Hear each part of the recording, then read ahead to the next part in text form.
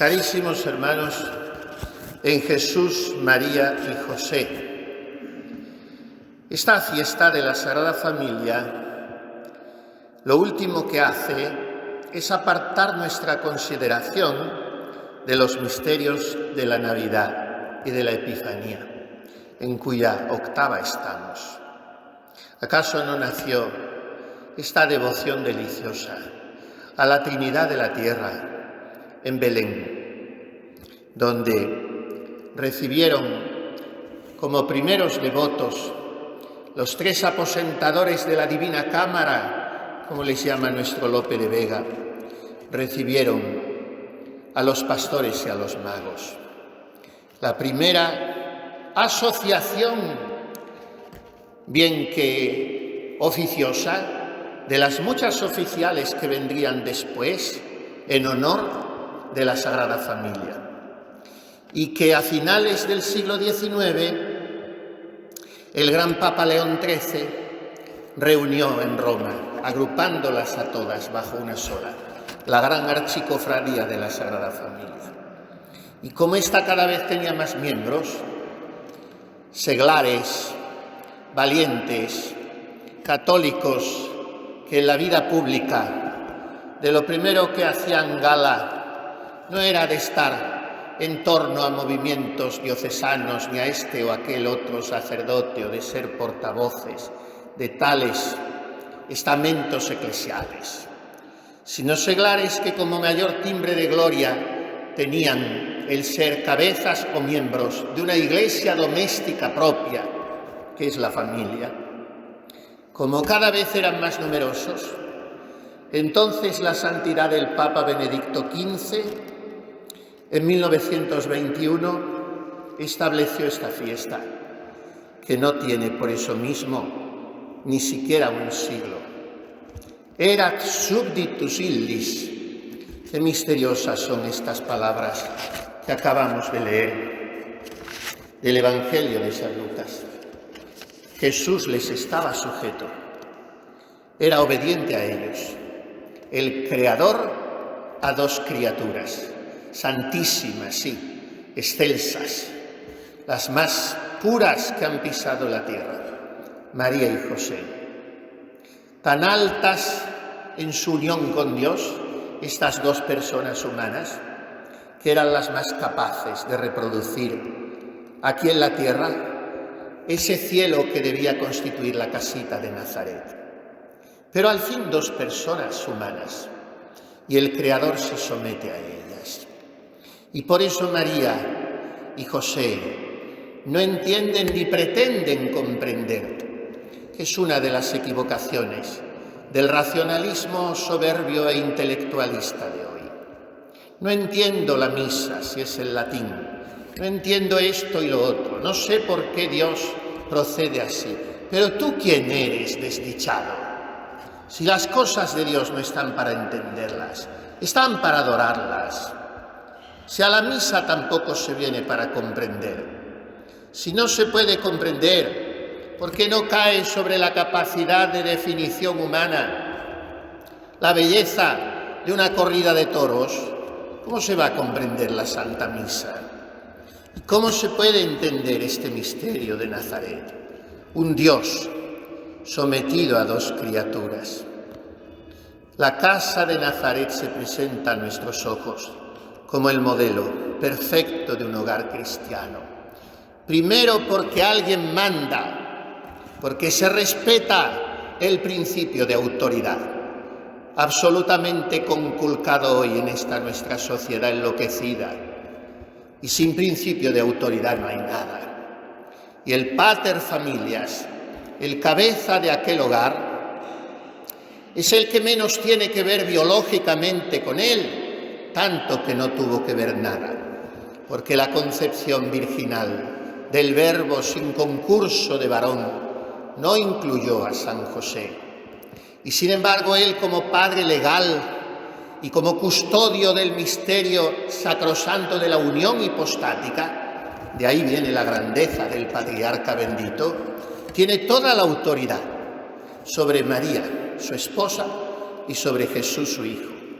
Y José manda, y sabe mandar. Y por eso sigue mandando en el cielo, como que es el mayordomo de las despensas de Dios. Y por eso es el patrono de la Iglesia Universal, y por eso es el abogado en todas las necesidades. Porque sigue mandando en el cielo, sobre el corazón de su Hijo y sobre el de su esposa. Y por eso somos necios si no acudimos con absoluta y limitada confianza a la intercesión dulcísima del patriarca nazareno. José manda con tranquila serenidad, como quien tiene conciencia de que ejerciendo su autoridad representa y traduce la de Dios. Comprende que al lado de su esposa virginal y de su Hijo divino, Él es el más pequeño. Y con todo eso, su humildad, sin temor de turbación ni incertidumbre, le hace aceptar el papel de jefe de la Sagrada Familia. Y María, como conviene a toda esposa razonable, se somete humildemente a su marido y le obedece, según después recordará San Pablo. Mujeres, sujetaos a vuestros maridos. Y de esta insumisión, ante la cual ladran las feministas y todos sus epígonos, viene el desquiciamiento actual de nuestra sociedad. María la Inmaculada, la tota pulcra, obedece a José. Él sí tuvo el pecado original, solo ella estuvo libre de él. Sin embargo, es muy legítimo pensar piadosamente que ya nació José sin ese pecado, porque fue santificado y confirmado en gracia en el seno de su madre. Si esto sucedió con San Juan Bautista, a fortiori debía pasar con el custodio del Redentor. Y María se somete a él. Y Jesús desde pequeño se muestra atento a los menores deseos de sus padres, dócil a sus más leves órdenes. Qué bien funcionan los hogares así. Y sin embargo, donde todo es independentismo y proyección de una presunta autonomía innata, se convierten en un infierno. Jesús, María y José son nuestro modelo. Y este espectáculo sublime hace exclamar a San Bernardo: ese Dios a quien están sujetos los ángeles, a quien obedecen los principados y potestades, estaba sometido a María. Y no solo a María, sino también a José por causa de María. Admirad pues a ambos y ved cuál es más admirable, si la liberalísima condescendencia del Hijo o la gloriosísima dignidad de la Madre. De los dos lados hay motivo de asombro, por ambas partes prodigio. Un Dios obedeciendo a una criatura humana. He aquí una humildad nunca vista. Una criatura humana mandando a un Dios. He aquí una grandeza sin igual. Esta es la lección que nos ofrece la Sagrada Familia. Obediencia, sumisión, docilidad, humildad, sin lo cual no hay sociedad humana que pueda marchar bien. Y junto con eso el trabajo, un trabajo endulzado de convivencia serena y pacífica, un trabajo que no busca el lucro competitivo, sino que busca una vida digna en la unión familiar. Son medios tan aptos de santificación el trabajo y una cierta austeridad que incluso cuando Dios lo permite puede llegar a pobreza sufriente. Y esto lo conocieron Jesús, María y José, cumpliendo cada uno con perfección su deber. Imaginemos un día cualquiera en la vida de la señora de aquella casa. Hacer una comida con pobres materiales, atender a las necesidades de las vecinas, tenerlo todo reluciente y sobre todo amar mucho a su hijo y a su esposo. Oh, si resurgieran mujeres así en nuestra sociedad. entonces los hombres serían otros. Y por eso mismo, la política y la economía y los medios de comunicación, incluso la Iglesia, sería distinta, porque es la mujer quien lleva las riendas de la moral, de la educación, incluso de la administración. Y cuando la mujer se pervierte, todo queda desencuadernado. La fiesta de la Sagrada Familia viene a recordarnos la importancia del matrimonio y de su preparación. Es desolador en este sentido comprobar el panorama al que sin culpa suya se ven abocados los jóvenes de hoy, que no son sino piezas de un engranaje estudiado para que todo chirríe y solo funcione en beneficio de aquellas mentes siniestras que lo han planeado.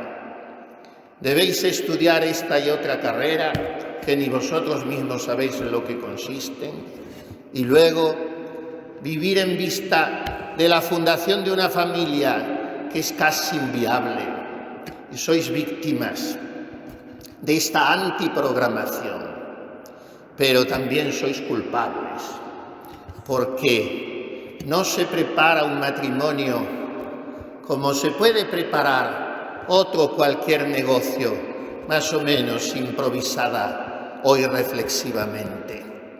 El matrimonio, para quien está llamado a él, junto con la muerte, es el único negocio importante de la existencia. Y hay que prepararlo con tiempo, con reflexión y con santidad. ¿Dónde están hoy aquellas parejas de novios? Solo una pareja de novios para toda la vida, no una pareja cada 6 meses o 3. ¿Dónde están? Que empezaban y terminaban sus encuentros siempre en público, haciendo una visita al Santísimo Sacramento, durante la cual quizá rezaban el rosario o incluso iban a comulgar juntos. Familias así no cegaban después las fuentes de la vida, viviendo en una permanente ofensa a Dios nuestro Señor. Familias así no contemporizaban con esa plaga diabólica del divorcio, hoy pacíficamente aceptado en nuestra sociedad. ¿Cómo no recordar que uno de los pocos que clamaron contra él cuando lo presentó esta avanzada democracia en que vivimos como uno de sus adelantos inevitables, uno de los pocos que clamó contra él fue el mismo que clamó contra esta Constitución de la que han venido tales horrores, el cardenal primado de España, don Marcelo González Martín. Le bastaron 2 páginas de una pastoral magnífica para describir lo terribles que serían las consecuencias de esa que llama el Concilio Vaticano II verdadera plaga, que es el divorcio. Y el tiempo le ha dado la razón, como se lo ha dado también respecto a los 4 puntos arriesgadísimos de los que avisaba en esa otra pastoral, no mucho más larga que la anterior, sobre los peligros de la Constitución del 78. Nuestros ojos deben volverse a la Sagrada Familia. Es el único modelo, la única salvaguarda, la única seguridad. Pueden sobrevenir a las sociedades invasiones de hordas bárbaras, de gentes que asolen todo en el terreno de lo material. Esto no sería tan grave como una invasión que busque, y es lo que viene sucediendo en nuestra pobre España desde hace casi medio siglo, socavar los cimientos de la familia. Será la última lucha de Satanás, dijo la hermana Lucía de Fátima, anciana ya, carmelita descalza en el convento de Coimbra, cuando fue a hablar con ella, ese venerable cardenal Carlo Caffarra, que hasta el final de su vida ha estado luchando entre silencios incomprensibles y abandonos absolutamente ininteligibles por parte de quienes tendrían que haberle apoyado en favor de la familia. Lo contaba con mucho dolor. Me lo dijo la hermana Lucía en aquel locutorio penumbroso del Carmelo. Eminencia, la última batalla de Satanás será contra el matrimonio y la familia. Por eso, en esta iglesia de minorías creativas a la que nos conducimos, o en la que acaso estamos ya, como nos avisaba Benedicto XVI, es necesario que surjan familias santas, y para ello tiene que haber noviazgos santos, y para ello es necesario que existan jóvenes santos. Todo está aquí. Y de esa juventud que comulga a diario, que reza el rosario a la Virgen, que cumple con sus deberes, que se apoya en una amistad sana, que se forma intelectual y espiritualmente, que se implica en la defensa de la fe, en la política o en los foros sociales de esta o la otra índole, de esa juventud podrán surgir familias que, si es que no son muchas, serán, como sucedía en los albores del primitivo cristianismo, serán muy influyentes, porque serán como la levadura en la masa. Queridos jóvenes, y los que ya no lo son tanto, pero somos todos porque lo confesamos al principio de la misa, nos acercamos a Deum piletificat juventutem nostram, al Dios que alegra nuestra juventud. Queridos jóvenes todos, por eso, seamos jóvenes de corazón, no dejándonos ensombrecer el ánimo por la situación actual de España, ciertamente preocupante y dolorosísima, solo para quien no tiene fe. Para quienes la tenemos, es una situación estimulante que supone un desafío martirial. Si no es hasta la sangre, será un martirio social y psicológico, pero será un martirio que encontrará su dulzura y su alivio en la vida familiar para quien pueda refugiarse en ella, porque hoy no hay otro bastión. Por tanto, fomentemos una familia católica. No tengamos prisa, porque las prisas no son buenas consejeras. Es mejor tardar más y elegir mejor. Y en ese retraso estará presente nuestro Padre San José. Y a aquel joven que invoca su protección le traerá una mujer parecida a María, su esposa. Y a la joven que se encomienda al bendito patriarca, también él le buscará un muchacho que se parezca a él, y San José se encargará de organizar familias santas. Si tuviéramos en Córdoba un puñado de familias así entre los jóvenes de hoy, cambiaría nuestra sociedad. No somos mejores que nadie, somos pecadores como todos los demás, pero Dios está con nosotros. Y si Deus pro nobis, quis contra nos. Y además de Dios, están con nosotros María y José, y ellos guían nuestro camino. Y María y José, como que son junto con el arcángel San Miguel los grandes protectores de la Iglesia, harán que dentro de ella surjan células renovadoras y vivificantes y propiciarán la gracia de un nuevo amanecer a base de familias que sean iglesias domésticas.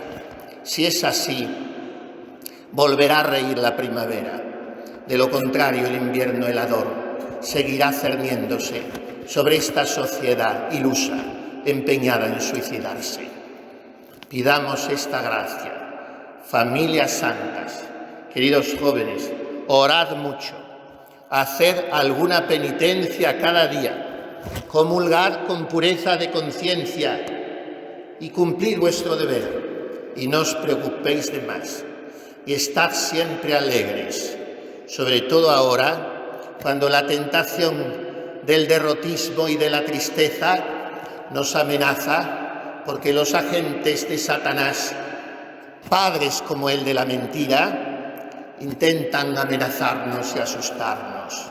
No pasa nada. Dios está con nosotros. María y José nos llevan de la mano y nosotros no queremos soltarnos de ellos, para que en el momento postrero de nuestra vida, aquel que es el único que nos interesa y ante el cual todo lo demás palidece y se relativiza, podamos terminar nuestra existencia rezando así, como nos enseñaron nuestras madres y abuelas. Jesús, José y María, os doy el corazón y el alma mía. Jesús, José y María, asistidme en mi última agonía. Jesús, José y María, con vos descanse en paz el alma mía. Así sea.